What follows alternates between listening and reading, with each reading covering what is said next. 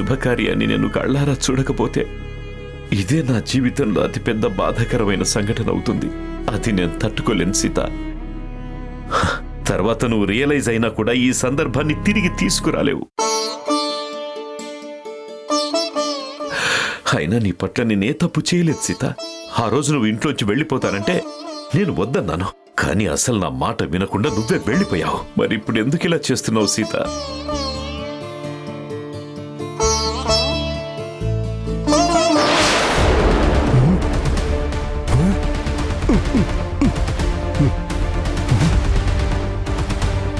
రే gun jam అయిందిరా. తీసుకునే ముందు చెక్ చేయలేదా? పని చేస్తుంది అనుకున్నాను, ఇలా అవుతుందని నాకేం తెలుసు. మరి ఇప్పుడు ఏం చేద్దాం?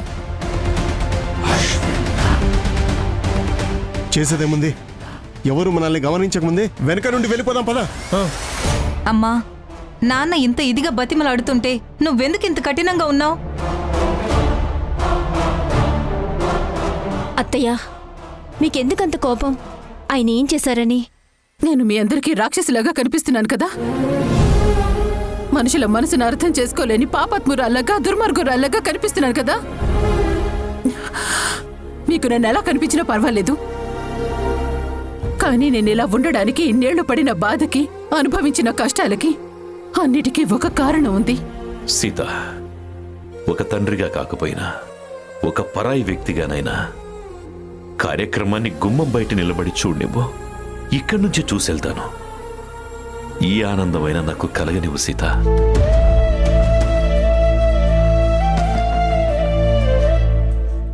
పంతులు గారు, మీరు కార్యక్రమం మొదలు పెట్టండి. అలాగే అమ్మా. శ్రీవలి, సుబ్బు, రండి.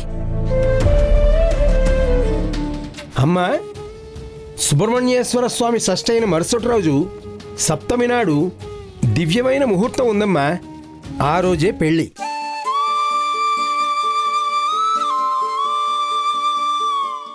విగ్రహాన్ని షష్ఠి రోజున మాత్రమే తీయాలి, ఇంకెప్పుడు తీయకూడదు. పంతులు గారు, సప్తమి కంటే ముందు, అదే సుబ్రహ్మణ్యేశ్వర స్వామి షష్ఠి కంటే ముందు ముహూర్తం ఏదీ లేదా? ఏదీ లేదమ్మా. ఎందుకలా అడిగారు?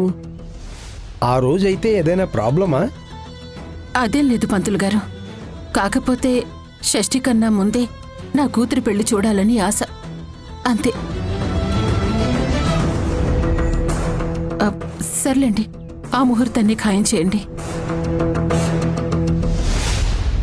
అమ్మా, పెళ్లి కూతురు పెళ్లి కొడుకు నిశ్చితార్థ ఉంగరాలు మార్చుకోండి.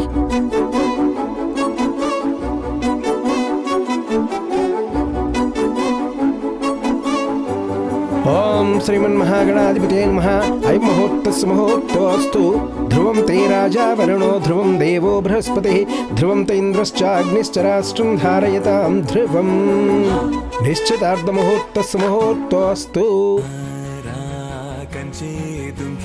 చక చక ఉరుకుతూ రంగుల విల్లును తీసి ఈ వైపు వంతెన వేసి రావా.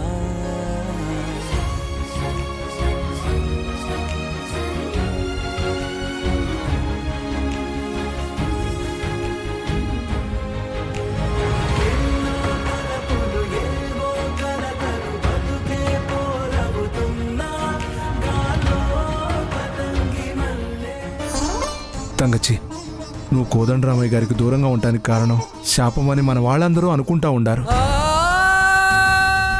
శాప విమోచనం గురించి శ్రీవల్లి తెలుసుకుని ఉండుంటే?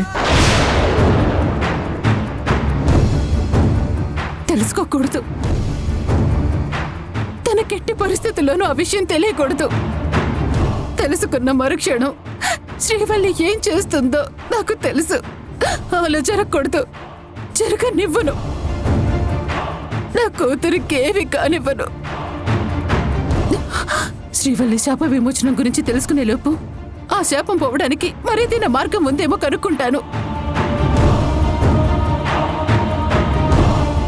శాపమే ఉంటే దాని శాప విమోచనానికి కూడా ఒక మార్గం అనేది ఉంటుందిగా శ్రీవల్లి. అవును సుబ్బు, ఆ శాప విమోచనం గురించి తెలుసుకొని దానికి పరిహారం చేస్తే అప్పుడు ఏ సమస్య ఉండదు. మా అమ్మ మనసులోని భయాలన్నీ పోయి తను చాలా నిశ్చింతగా ఉంటుంది. అమ్మ నాన్న మా కుటుంబం అంతా కలిసి హ్యాపీగా ఉంటాం. ముందు ఆ శాపం ఏంటో, దానికి శాప విమోచనమేంటో ఎలాగైనా తెలుసుకోవాలి. తెలుసుకుంటాను.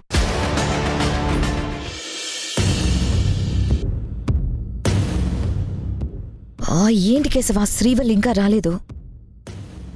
వస్తుంది ఆర్తి, కొంచెం ఓపిక పట్టు. శ్రీవల్లి చెప్పిందంటే మాట తప్పదు. తను కోదండరామయ్య రక్తం. అదిగో చూడు వచ్చేసింది.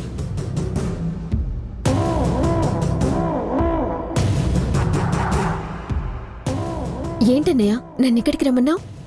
ఏం చేయమంటావు చెల్లెమ్మ? అన్నా చెల్లెళ్ళుగా అమ్మా నాన్నలతో కలిసి అందరూ ఒకే ఇంట్లో సంతోషంగా ఉండాల్సిన వాళ్ళం. కానీ ఇలా కలుసుకోవాల్సిన కర్మ పట్టింది. బాధపడకు కేశవ, పరిస్థితుల కారణంగా ఇలా ఉంటున్నావు. అన్నీ చక్కబడే రోజు ఒకటి వస్తుంది. మీరెవరో తెలిసాక కూడా మీకు దూరంగా ఉంటున్నందుకు నాకు కూడా చాలా బాధగానే ఉందన్నయ్య. కానీ ఏం చేస్తాం, అమ్మ ఎందుకో ఒప్పుకోవట్లేదు. పిన్ని ఏం ఆలోచిస్తుందో, ఎందుకు అలా చేస్తుందో తెలియక నాన్న చాలా బాధపడుతున్నారు శ్రీవల్లి. ఆయన బాధను చూసి నేను భరించలేకపోతున్నాను. అందుకే ఆ విషయం గురించి మాట్లాడడానికే నిన్ను పిలిపించాను. నేను అమ్మను ఒప్పించడానికి ఏదో ఒక రకంగా ట్రై చేశానన్నయ్య, చేస్తూనే ఉన్నాను. కానీ అమ్మ తన మనసు మార్చుకునేలా లేదు. మొండిగా ఒకటే సమాధానం చెప్తోంది. పిన్ని అలా చేయడానికి మన ఫ్యామిలీకున్న శాపమే కారణమేమోనని నాకు అనిపిస్తుంది. నీతో ఆ శాప విమోచనం గురించి మాట్లాడాలి. ఈ విషయం గురించి ఇంట్లో ఎవరితో మాట్లాడలేదు. మాట్లాడినా వాళ్ళు ఒప్పుకుంటారో లేదో కూడా తెలీదు. అన్నయ్య, నువ్వేం చెప్పాలనుకుంటున్నావో చెప్పు. అమ్మా నాన్నలు కలుస్తారంటే ఆ పని ఎంత కష్టమైనా నేను చేస్తాను. అమ్మ శ్రీవల్లి, అసలు ఆ కాల అనేవాడు నిన్ను మాత్రమే టార్గెట్ చేసి నీ చేత మాత్రమే విగ్రహాన్ని తీయించాలని ఎందుకు అనుకున్నాడు? అంటే ఏంటన్నయ్య నువ్వనేది? మన ఫ్యామిలీలో నేనున్నాను, కల్పన ఉంది, అటువైపు మంగళ దినేష్లో ఉన్నారు. మన వంశస్థలం ఇంతమంది ఉండగా వాడు నీ దగ్గరికే నిన్ను వెతుక్కుంటూ వచ్చాడంటే నీకు ఆ విగ్రహానికి ఏదో సంబంధం ఉందేమో అనిపిస్తుందమ్మా నాకు. విగ్రహానికి నాకు సంబంధమా? అంటే ఆ విగ్రహాన్ని నువ్వు మాత్రమే బయటికి తీయాలేమో. మన ఫ్యామిలీకున్న శాపాన్ని పోగొట్టే అర్హత నీకు మాత్రమే ఉండుంటుంది. ఒక్కసారి నువ్వే జరిగిందంతా గుర్తు చేసుకుంటూ ఆలోచించు, నీకే అర్థమవుతుంది. దీనివల్ల నీకు ప్రమాదం అని నాకు తెలుసు, కానీ మన ఫ్యామిలీ మంచి కోసమే చెప్తున్నాను. ఆ విగ్రహాన్ని నువ్వు బయటికి తీస్తే శాపం తీరిపోయి మనందరం హ్యాపీగా ఉంటామనే నమ్మకం నాకుంది. ఈ విషయం పిన్ని నాన్న వాళ్ళతో మాట్లాడితే వాళ్ళని ఇంకా బాధ పెట్టినట్టు అవుతుంది.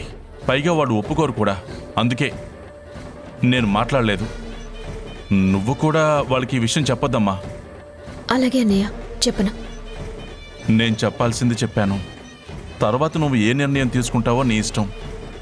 నాకు నా చెల్లెలు ముఖ్యం, అలాగే మనందరం కలిసి ఉండటం ముఖ్యం. వస్తానమ్మా శ్రీవల్లి.